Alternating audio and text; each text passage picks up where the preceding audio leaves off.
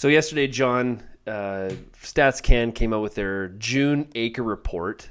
Any surprises from your standpoint? You know, not a whole lot for most of the major crops. I mean, first of all, going into the report, everybody knew that the survey was done kind of before the last round of rains finished off some of the seeded area that had initially been intended, and that won't get up and getting in the ground. Certainly, it's a much smaller area than we saw last year, but we know there's going to be some acres lost. We also know that there are some fields and some areas where low-lying spots and so forth are going to either get drowned out and that sort of thing. So going into the report, everyone knew that we were going to have to back some acres out in aggregate. So I mean, in that context, the numbers that came out always of some interest, and really not a lot of surprises for most of the major crops. Wheat was down just fractionally from the initial report. Canola was up as expected. And not a lot of numbers that would have particularly surprised the trade for the most part. You know, durum, barley, and oats down a little bit. Probably the one exception is that the lentil number came in quite a bit bigger than what everyone was expecting. We actually saw a jump in lentil acres rather than a decrease, which is what people were thinking would happen. At 2.6 million acres, that is well above where most in the trade would have been thinking. Last week FarmLink had predicted 2.1. Yeah, we were thinking about 2.15 acres is 2.15 million is what we had, and we were probably in the higher end of ranges for the trade, and so this is certainly well above what our expectations were and the trade in general. So that certainly is that'll have been probably the single biggest surprise in the report here yesterday. So what enticed people to plant so many acres of lentils? Well, we actually initially, even going into the spring, we had a bit of a higher lentil number, and we had slowly walked it down, and partially in response maybe to some anecdotal reports, partially in response to a StatsCan or sort of ideas that that of course lentils has been probably one of the more frustrating crops over the last year in terms of prices and the market and so forth. But I think one of the things that maybe sometimes got lost in that a little bit is that even though lentil prices are lower than maybe we've been accustomed to over the last few years.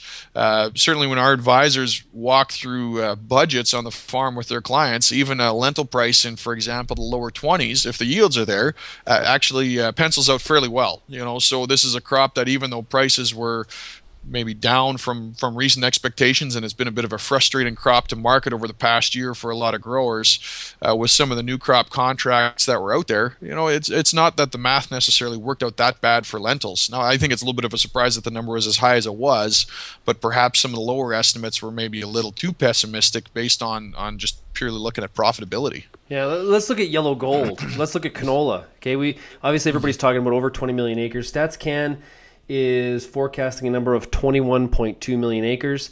FarmLink was guessing a little bit under, but you think that has a little bit to do with when the survey was done for StatsCan? Yeah, that's correct. The numbers that we had put out previously, those were based on where we think the final numbers would end up. And so we knew that StatsCan would come in with a higher number yesterday, just based on when the survey was done.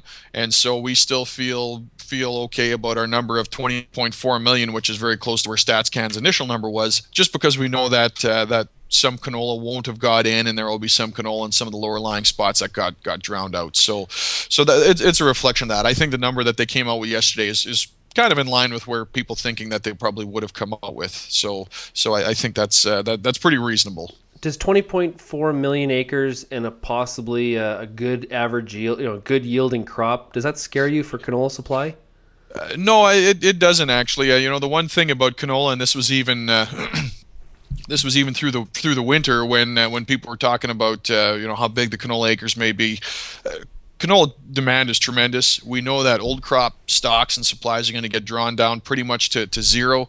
The soybean story is still a positive one. The oilseed story is still got some legs to it, at least in the sense of being tight going forward and a market that fundamentally justifies high prices. So crops for the most part in good shape. We've lost some acres, and there's definitely some pockets where there's some challenges and some struggles, but overall the crop's in pretty good shape. the supply side at this point doesn't scare us a whole lot. You know, the demand is good. The demand is strong. Not to say that the price necessarily can go infinitely higher. There's so many moving parts of these markets, but fundamentally for canola, it is a tight enough market that at least provides some underlying support here and should keep values quite firm. Obviously, the wheat board, the change in the marketing that is going to happen August 1st of 12. I guess in a month now. We're only a month away. Are you surprised, or just sort of this is what we expected to happen as far as wheat acres kind of flushing out where they appear to have flushed out? Yeah, not necessarily too surprised by it. I think to a certain extent, I mean, farmers have always made marketing decisions based on what they thought would make them the most money, and so whether the board's in place or whether it's an open market, I mean, ultimately you sort of look ahead and try and grow what anticipates gonna be most profitable and make the most sense on your farm, and that's still the case. So in that context, that part of it I don't think has changed in terms of what farmers anticipate growing. And so the one thing that we did see a little bit in yesterday's report is that the non-hard red spring wheat acres grew a little more proportionately than the hard red spring wheat acres did relative to last year. We thought that number might have increased by even more, just based on the math and the economics. In some places, it's going to make a lot of sense to grow CPS as opposed to hard red spring and soft white. But that's a trend I think we'll continue to see going forward. But not a lot of surprises, I think, to a certain extent in terms of the number of acres growing or not growing, based on the wheat board and the marketing change in and of itself. That might sometimes be overblown a little bit. I mean, farmers make a decision on the economics sort of almost irrespective of the marketing environment overall. Yeah. StatsCan is looking at barley acres being 1 million acres more than last year. You're even maybe expecting barley acres to be over 8 million acres. Even more of an increase. We've been hearing the doomsday story on barley. What's brought it back to the forefront? Maybe more of interest in malt, or is this just feed in general? I think two things that played into our number being walked a little bit higher, and part of it is we were just wondering if we might find a few more barley acres getting in some places where seeding got delayed a little bit. So sometimes barley sort of gets stuck in because it's got a shorter growing window. So we wondered if some acres may end up migrating, and perhaps that barley number walks up a little bit from StatsCan's number, so partially in response to maybe some seeding delays and so forth. But certainly a big increase in barley acres from last year. Still very small historically. We're still last year's number was kind of artificially low because of the amount of ground that got lost in some areas. So it's a bit of I guess a little bit misleading to do some of these comparisons year on year from last year, particularly for some crops. Certainly barley acres in production will be up a fair bit. But from an artificially low level last year and still very low from a historical perspective. Is there a certain crop type that looks at your numbers, or looks at StatsCan and says, "Oh boy, we really thought we'd get more acres"? I don't know if there's any one that really jumped out and thought that came in far below what we anticipated. I think there's a handful, as I mentioned, something like Durham was a little lower than our expectations, especially if we lose a few acres in Durham going forward from the survey. Oats was a little bit lower, again, especially if we lose some acres going forward in the survey. So there's a few that were a little on the low side. I don't think anything that really jumped out and was shockingly low.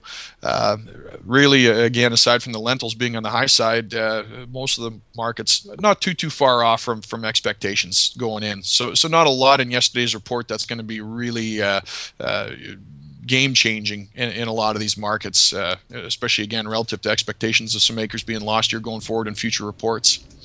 Cool, John. Thanks a lot, and we'll talk to you again soon. Yep. Thanks, Shaun.